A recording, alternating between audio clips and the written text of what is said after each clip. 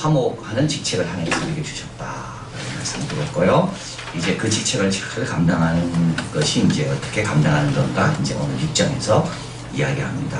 1절에 이렇게 시작합니다. 우리가 하나님과 함께 일하는 자로 너희를 권하노니 하나님의 은혜를 헛되이 받지 말라. 자, 하나님께서 우리에게 은혜를 주셨는데 은혜란 분에 넘치는 호의입니다. 그죠? 우리 만나주시는 거 분에 넘치는 호의입니다. 우리에게 말씀해 주시는 거 분에 넘치는 호의입니다. 우리에게 이런 교회를 주시는 거 분에 넘치는 호의입니다. 돌아온 당자가 집에 왔을 때 아버지가 분에 넘치게 해주잖아요. 언제든지 주님께 가면 그렇게 우리를 맞이해 주시고 축복해 주시는 거 분에 넘치는 겁니다. 이게 은혜입니다. 우리가 받은 은혜는 두 종류로 나눌 수 있습니다. 하나는 택함 받고 복음이 전해지고 성령의 역사하는 거, 요거는 은혜입니다. 우리가 택함 받은 거 참 은혜입니다. 우리 가정이 택함 받고 내가 택함 받은 거 이건 은혜입니다. 우리 형제 가운데 내만 예수 믿는 사람 있잖아요. 그죠? 참 이건 정말 은혜입니다.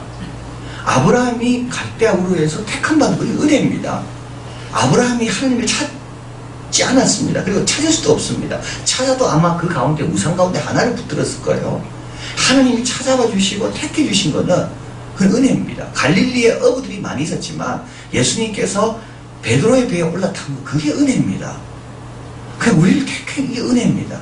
오늘 저녁에 다들 바쁘고 다들 피곤하고 다들 힘든데 나에게 이렇게 올 수 있도록 하나님께서 뭔가 나에게 자극하시고 도전하신 거 이거 은혜인 겁니다. 많은 사람은 지금 직장에서 일하겠죠. 우리는 여기서 그 택함 받은 자로서 사명을 갖고 여기서 기도하며 찬송하며 우리 때문에 지금 직장이 편안한 거예요. 지금 이 택함 받은 게 은혜입니다. 또 복음을 전해진 게 은혜입니다. 아프리카의 많은 나라에는 지금 복음이 전해지지도 않거든요. 예수 믿는 가정에 태어났잖아요. 이거 은혜인 겁니다. 이게 예수 믿는 가정에 또는 이거 나만에 태어난 거. 왜냐하면 복음이 전해질 수 있다는 거. 이거 얼마나 큰 축복이 은혜인지 모릅니다. 미션 스쿨 다니는 분들이 있잖아요. 이거 은혜인 거예요. 이게 교회 옆에 있었다는 거. 이거 은혜인 거죠. 이게 어떤 사람은 자라면서 한 번도 예수 믿는 사람을 만난 적도 없는 사람도 있더라니까요. 기독교 배경이 하나도 없는 사람. 근데 어떻게 나는 복음이 이렇게 잘 들을 수 있는 곳에 내가 있을까요? 이게 은혜인 겁니다. 이게 모두에게 있는 게 아닙니다. 또 성령이 역사하신 것. 자, 보십시오. 아버지가 하나님이 택하시고 예수님께서 사도를 통하여 전도자를 통해 복음을 전하게 하시고 그리고 복음이 전해졌을 때 내 마음에 감동이 있는 거. 이게 은혜인 겁니다.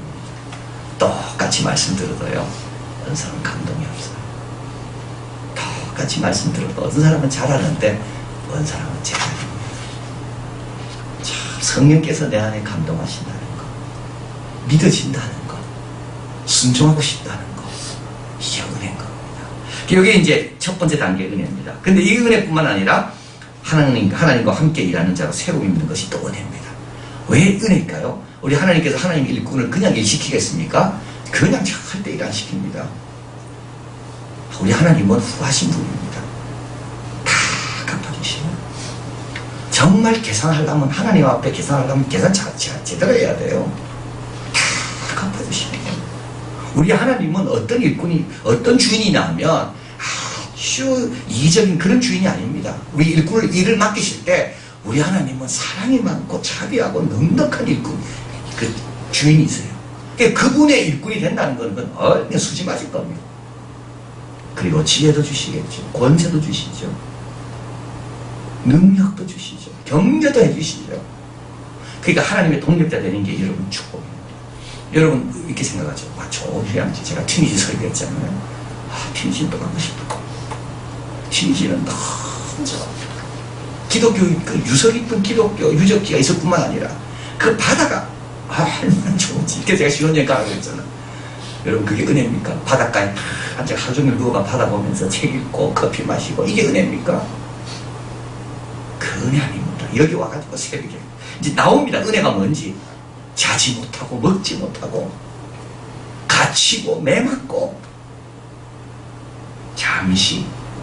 제가 요즘 많이 깨닫는 게요. 뭐든지 적당해야 좋더라고요. 뭐든지.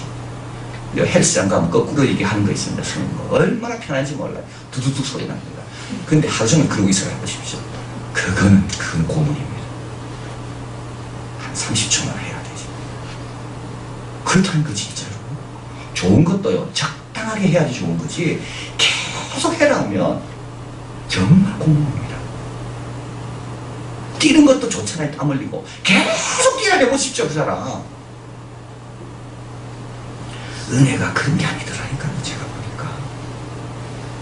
자, 그래서 여기서 하나님과 함께 일하는 자로 세움받는 거, 내가 지금 일할 수 있다는 거, 섬길 수 있다는 거, 이게 은혜인 겁니다. 그래서 사도 바울은 이걸 헛되지 하지 말라는 거예요. 하나님께서 나를 일꾼으로 부른 거에 대해서 이 미련하게 이런 거 안 하려고 피해 다니고 요령 피우고, 그게 다 뭡니까? 은혜를 헛되게 하는 겁니다. 그리고 하나님께서 택해 주시고 복음이 전하되게 하시고 성령이 역사하시고 엄청난 게 나한테 일어난 겁니다. 내 한 명 구원 얻기 위하여 아버지와 아들과 성령께서 연합 작전을 펴가지고 내 안에 딱 이제 정착하신 겁니다. 노르만디 상륙작전 할 때 연합군이 얼마나 1년 넘게 준비한 거 아닙니까, 그거를.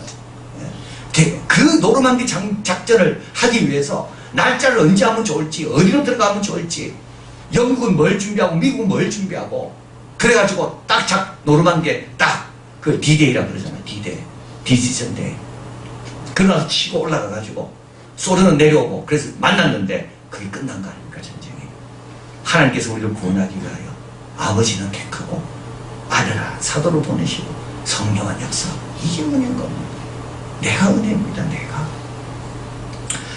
자, 근데 이 은혜는 또 이루어집니다. 보라, 지금은 은혜 받을 때요, 또 지금은 구원의 날이로다. 이미 구원의 날, 은혜의 날이 이루어졌습니다. 약속은 이루어졌거든요. 그러나 지금이 또 은혜 받을 때요, 구원을 얻을 때다. 항상 이걸 믿고 또 은혜가 있겠다, 또 구원의 역사가 있겠다. 큰 구원은 일어났지만 작은 구원도 주님께서 이루어가신다. 그거를 믿으면서 사는 겁니다. 자, 그러면서 이제 사도 바울은 3절부터 우리가 이 직책이 회방받지 않게 하려고 무엇이든지 아무에도 꺼리지키지 않게 하고 이 은혜가 헛되지 않게 하려고 자기가 어떻게 했는가, 여기에 쭉 목록이 나옵니다. 이 목록은 무슨 목록일까요? 성공의 업적의 목록이 아닙니다. 와, 저는 이걸 보고 너무나도 놀랐습니다.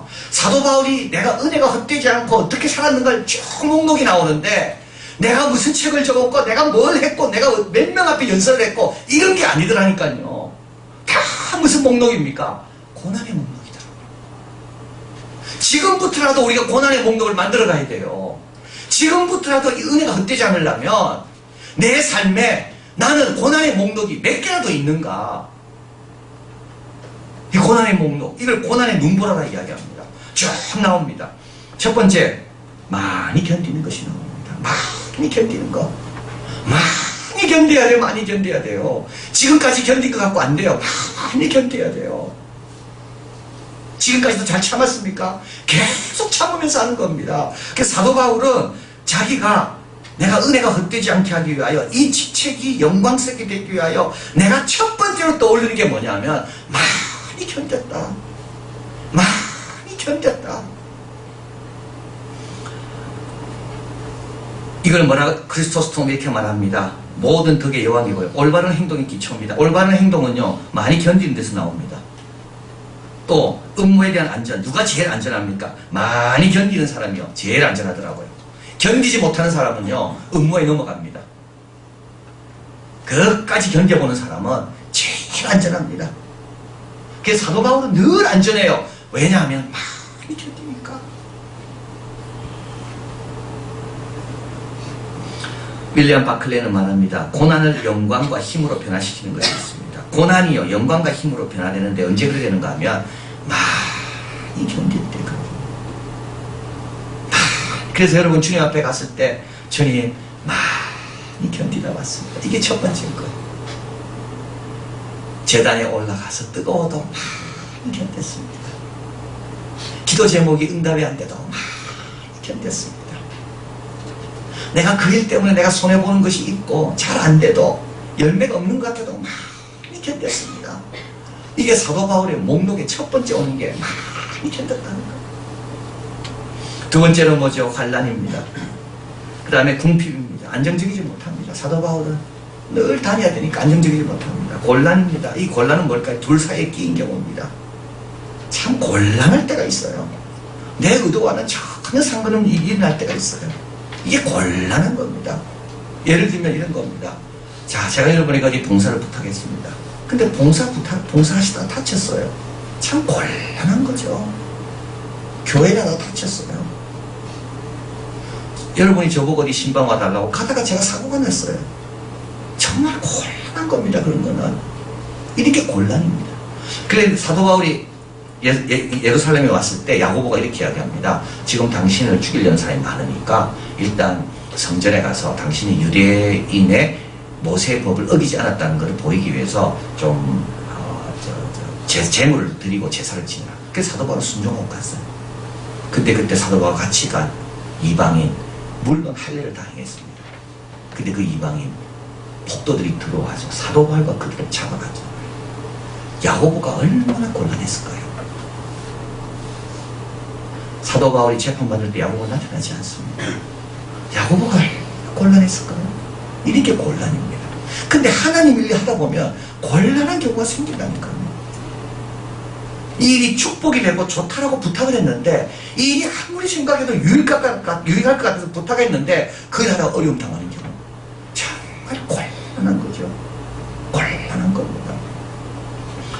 맨 마지막 같이 요란합니다. 폭도들에게 공격당하는 겁니다. 그 다음에 이제 스스로 감당이 수고롭습니다. 사도 바울은 수고 많이 했습니다. 여러분 좀 수고하는 거를 귀하게 여겨야 돼요. 수고하는 거를.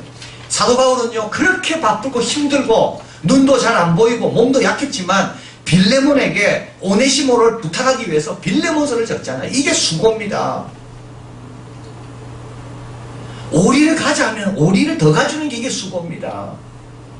은혜가 헛되지 않으려고 사도 바울은 그런 문제 정도, 오네시모 한 명 정도는 사도 바울이 수고 안 해도 됩니다. 안 그래도 할 일 많은데. 근데 어떻게 해요? 그 빌레몬에게 오네시모를 위해서 펜을 빌려다가 잉크를 빌려다가 종이를 빌려다가 대사하는 사람을 부탁을 해가지고 그 편지를 써서 보내잖아요. 이게 수고입니다. 수고. 자지 못했습니다. 자, 저는 이곳도 은혜가 되더라고요. 어떻게 다 자고 주의 일을 합니까? 다 자고 주의 일을 못합니다. 새벽에 나오는 분들은 다 자다가 깨서 나오는 거지 푹 자고 나온 그런 사람이 누가 있습니까? 사도 바울은 골로새, 에베소, 디모데, 빌레몬 하여튼 편지마다 이렇게 말합니다. 내가 너를 위하여 기도하기를 쉽지 않는다. 근데 가만 생각해보면 언제 기도했을까요? 시간 내는 건 장주리는 것밖에 없습니다. 우리 예수님도 마찬가지입니다. 우리 예수님은 기도는 해야 되겠는데 시간을 없고 그래서 예수님은 어떻게 합니까? 새벽 일찍 미명에 일어나 한적한 곳에 가서 은혜가 헛되지 않으려면요 자지 못한 걸 감당해야 돼요. 어떻게 다 자고 합니까? 그리고 먹지 못합니다. 오늘 저녁에 아마 여러분 다 저녁 못 먹고 오셨을 거예요. 저녁 못 드셨죠?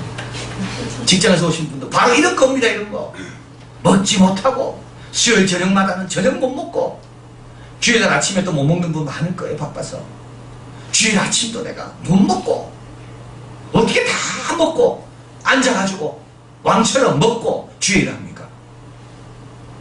어떨 때는 간단하게도 먹어야 되고 어떨 때는 못 먹기도 하고 이 사도 바울 먹는 걸 한번 보십시오. 먹는 걸 내가 자지 못하고 먹지 못하고 곤란한 경우도 있었고 맨 아침도 당했고 근데도 다 어땠다고요? 해결됐고 그리고 사역을 위한 것이 있습니다. 깨끗함으로 지식으로 오래 참음으로 자비함으로 성령의 감화로 거짓없는 사랑으로 내가 했다. 거짓없는 사랑으로 내가 했다. 그리고 의의 병기로 좌우했다. 이거 굉장히 중요합니다. 좌우가 중요합니다. 로마 병사들은 항상 왼손에는 긴 방패, 오른손에는 창을 가졌대요. 양쪽 손을 다 무장하고 있는 겁니다. 그래서 우리도 양쪽 손을 다 갖고 있어야 됩니다. 믿음의 방패와 말씀의 검 두 개 다 있어야 됩니다. 믿음만 갖고 안 됩니다.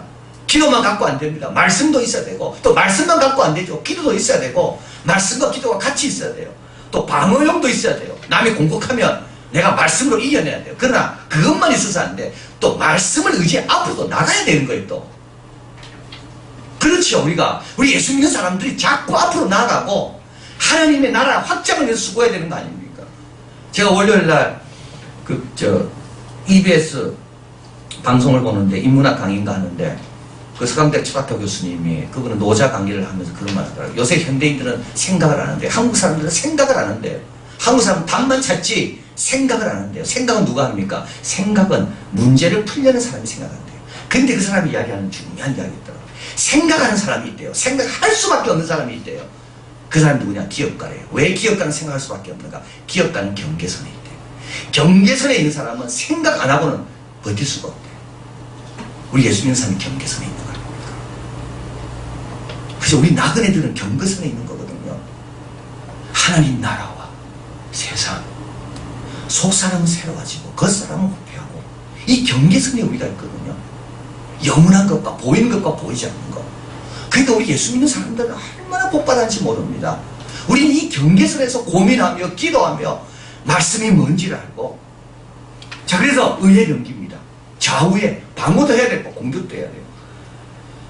그리고 또 한 가지는 선에 대한 반응뿐만 아니라 악에 대한 반응도 할 수 있어야 됩니다.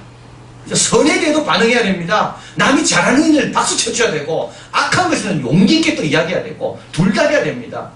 어떤 사람은 악한 것 지적은 잘하면서 선한 것에 대해서는 아주 인색한 사람 많아요. 그런 사람. 남 잘하는 거는 박수 못 칩니다. 남 못하는 거는 얼마나 지적 많이 하는지. 양손잡이가 돼야 됩니다. 또 뭐 달라 할 때는 기도 열심히 하다가 하나님 주시고 나면 관리를 위해 또 기도해야 되는 거예요. 이거 완전 다른 겁니다. 그죠? 달라고 해놓고 주시면 그 다음에는요, 그 다음 기도 제목이 이어져야 돼요. 이걸 어떻게 쓰기로 원하십니까? 더 어려운 겁니다. 이게 의의 병기로 좌우하는 겁니다. 의라는 말은 지난주 말씀드렸죠. 하나님 앞에서 합당한 삶입니다. 하나님 앞에서 합당한 삶, 어두울 때나 밝을 때나 편할 때나 힘들 때나 어떤 것이 하나님 앞에서 합당한 삶입니까?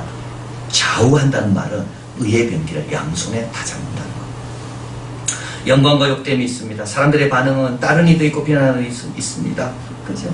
다 사도 바울도 영광도 누릴 뿐만 아니라 욕도 누렸습니다. 악한 이름과 아름다운 이름, 사도 바울의 이름을 사람은 악하게 부르기도 하고 어떤 사람은 아름답다 이야기하기도 하고, 이걸 다 경험하는 겁니다. 이걸 다 오래 견디는 겁니다. 내가 열심히 했는데 누가 내보고 악하다고 그래요? 에라 모르겠다. 니가 참 이게 아니라는 거. 오래 견뎌. 누가 나보고 너무 잘한다고 칭찬합니까? 그때 넘어지지 않는 겁니다. 교만하지 않는 겁니다. 오래 견디는 겁니다. 자, 그래서 이제 사도 바울은 쭉 자기가 어떤 목록에, 그래서 여러분 저도 마찬가지입니다. 우리에게 이런 목록이 많이 올라가면 좋겠어요. 내가 교회 일 하면서 자지 못했습니다. 먹지도 못했습니다. 내가 교회 일 하면서 내가 얼마나 내가 영광과 욕과 내가 함께 먹었는지, 내가 교회 일 하면서 얼마나 많이 참아, 이런 목록이 쫙 길면 얼마나 좋을까요? 목록을 지금부터 만들어 가야 돼요. 이런 일이 생길 때마다 어떻게 생각해야 됩니까? 아, 목록이 하나 느는구나. 감사하다. 자, 그리고 나서 이제 내적 체험입니다. 너무 이 구절은 눈물 없이 읽을 수 없습니다. 속이는 자 같으나 참되고. 많은 사람은 사도 바울을 속인다 그랬습니다. 그러나 실제로 아무도 모르는 게 있습니다. 진실, 이유는 참됩니다. 무명한 자 같으나 유명한 자요. 자, 여러분 사도 바울이 누구에게 가르쳤습니까? 사도 바울은요, 주로 사도 바울이 가르친 대상은요, 주로 종들입니다. 그래서 상전에게 잘해라. 주로 아내 여성들입니다. 남편에게 잘해라. 엘리트가 아닙니다. 당시에 유명한 자 가운데 엘리트들이 쫙 몰려가서 거기서 배웠겠죠. 사도 바울은요, 감옥에서 가르치고 가정집에서 가르치고 로마 시민권 있는 사람은 자기밖에 없고 무명한 자 같으나 유명한 자. 야,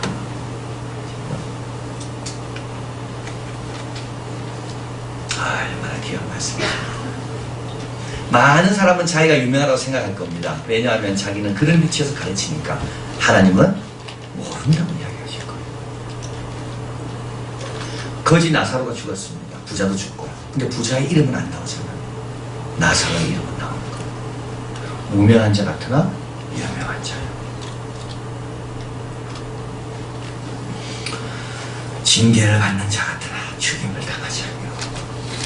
저 가정은 왜 저렇게 어려울까? 저 가정은 왜 기도 응답이 안 될까? 저 가정은 왜 저렇게 문제가 안 풀릴까? 징계를 받는 자 같으나 여전히 나와 기도하고 있습니다. 여전히 찬양하고 있습니다. 여전히 주님께 감사하고 있습니다. 여전히 약속 붙들고 있습니다. 징계를 받는 자 같으나 뭐라고요? 죽임을 당하지 않습니다. 저 정도 되면 죽어야 되는데 여전히 살아 있습니다. 근심하는 자 같으나 항상 기도하고, 가난한 자 같으나 많은 사람을 부여하고. 그 다음이 정말 눈물 나는 구절입니다. 아무것도 없는 자 같으나 모든 것을 가진 자로다. 거꾸로 사는 사람 얼마나 많은지 모릅니다. 많은 것 갖고도요, 아무것도 없다고 불평하는 사람이 얼마나 많은지 몰라요. 그렇게 많은 걸 갖고도 왜 나에게 이것밖에 없냐고 불평하면서 감사를 모르게 살아가는 사람이 얼마나 많은지 몰라요. 거꾸로 사는 사람 많습니다. 유명한 것 같은데 실제로 속은 텅 비어 있어요. 하나님과 관계는 하나도 없어요. 많은 걸 가진 것 같지만 남에게는 아무 유익을 못 주는 사람. 아무것도 없는 것 같은데 모든 것을 가진 자. 우리가 기도해야 될 제목은요, 뭘 자꾸 달라는 게 아니라요, 하나님, 내가 아무것도 없어도 주님 한 분으로 내가 충분하게 달라고 기도해야 됩니다. 왜냐하면 아무리 많이 가져도 그걸로 충분하게 안 됩니다. 우리 인간의 욕심은 자란다고 돼 있잖아요. 우리는 그것만 얻으면 내 욕심이 채워질 줄 알지만 그걸 얻는 순간부터 욕심은 이미 더 젠 걸음으로 먼저 가서 저기 가서 기다리고 있습니다. 절대 여러분 이것만 하면 나는 감사할 것 같고 충성할 것 같습니까? 지금 충성 안 하면요, 그거 얻어도 충성 안 합니다. 자, 사도 바울의 내적 체험이 뭡니까? 사망보다 강한 생명이 그 안에 있습니다. 근심보다 강한 기쁨이 그 안에 있습니다. 어떤 가난도 누를 수 없는 부유함이 그 속에 있습니다. 소유보다 더 강한 충만함이 거기에 있습니다. 은혜를 헛되이 받지 않는 사람에게는 이런 강함이 있습니다. 자, 11, 13절 고린도인들이여, 너희를 향하여 우리의 입이 열리고 우리의 마음이 넓어졌으니 너희가 우리 안에 좁아진 것이 아니요 오직 너희 심정에서 좁아진 것이라. 한번 읽어봅니다. 내가 자녀에게 말하듯 하노니 보답하는 양으로 너희도 마음을 넓히라. 좁아진 사람만이요, 어떤 사람이겠습니까? 많은 걸 갖고도 불평하는 사람은 좁아졌다는 증거입니다. 많은 걸 갖고도 불평하는 사람, 좁아졌다는 증거입니다. 하나님의 은혜에 모르고 하나님의 감사에 대한 것이 별로 없는 사람은 좁아졌다는 증거입니다. 그래서 사도 바울은 고린도 교인들을 향해서 편지 쓰면서 너희 심령에 좁아진 거다. 보답하는 양이 되려면 마음이 어떻게 된다고요? 넓어야 돼요. 은혜를 헛되지 않는 삶을 살려면 우리 마음이 넓어야 돼요. 하나님의 감사에 대한 마음이 넓어야 돼요. 하나님의 축복의 약속에 대한 우리의 마음이 넓어야 됩니다. 마음이 좁은 사람 있잖아요. 이거 아니면 안 됩니다. 이것만이 해주십시오. 이것 말고는 나는 원하는 게 없습니다. 이거 아니면 나는 딴 거 주시면 그건 아무것도 아닙니다. 이런 사람들은요, 절대 은혜를 받을 수가 없어요. 오늘 불렀던 찬송, 보이는 것만 보고 따라가는 사람이 있죠. 그래서 시험이 되는 겁니다. 어디 가면 보이나 그것만 보고 있거든요. 그런 사람은 마음이 좁아진 겁니다. 마음이 넓은 사람은 어떤 사람일까요? 보이지 않아도 주님 말씀 믿고 가는 사람이 마음이 넓은 사람이죠. 이 가을에 우리의 기도 제목이 이겁니다. 감사에 대한 마음, 사명에 대한 마음, 충성에 대한 마음, 헌신에 대한 마음이 넓어지게 해달라고. 내가 딱 정해놓고 나는 요거다 이러지 말고 계속 넓혀달라고, 계속 넓혀달라고. 그래서 고난의 목록에 나도 내가 인생을 정리해보면서 내가 주님 앞에 제시할 수 있는 목록들이 많아지는 자가 돼요. 이런 자가 누구라고요?